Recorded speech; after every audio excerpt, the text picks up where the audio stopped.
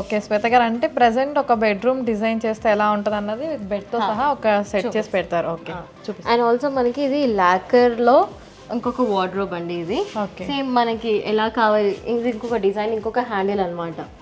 మనకి హ్యాండిల్ కూడా మనకి దాంతోనే పాటు వచ్చేస్తుంది. ఓకే.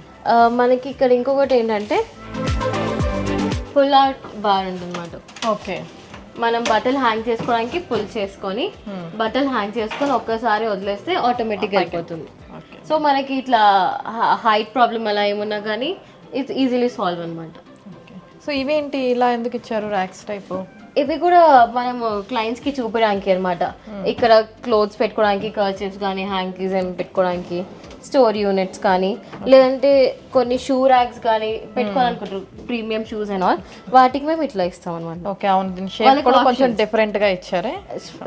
స్లాంట్గా కావాలన్నా కానీ స్ట్రైట్గా కావాలన్నా కానీ ఆప్షన్స్ మన దగ్గర ఉంటాయి. అండ్ ఆల్సో మనము షట్టర్స్ క్లోజ్డ్ కాకుండా అప్పుడప్పుడు గ్లాస్వి కూడా ఇస్తాం ఇట్లా. ఓకే. కొన్ని జ్యువెలరీ బ్యాగ్స్ కానీ ఏమైనా వాళ్ళు చూపించుకోవాలనుకున్నప్పుడు ఇలా డిస్ప్లేలో పెట్టుకోవచ్చు.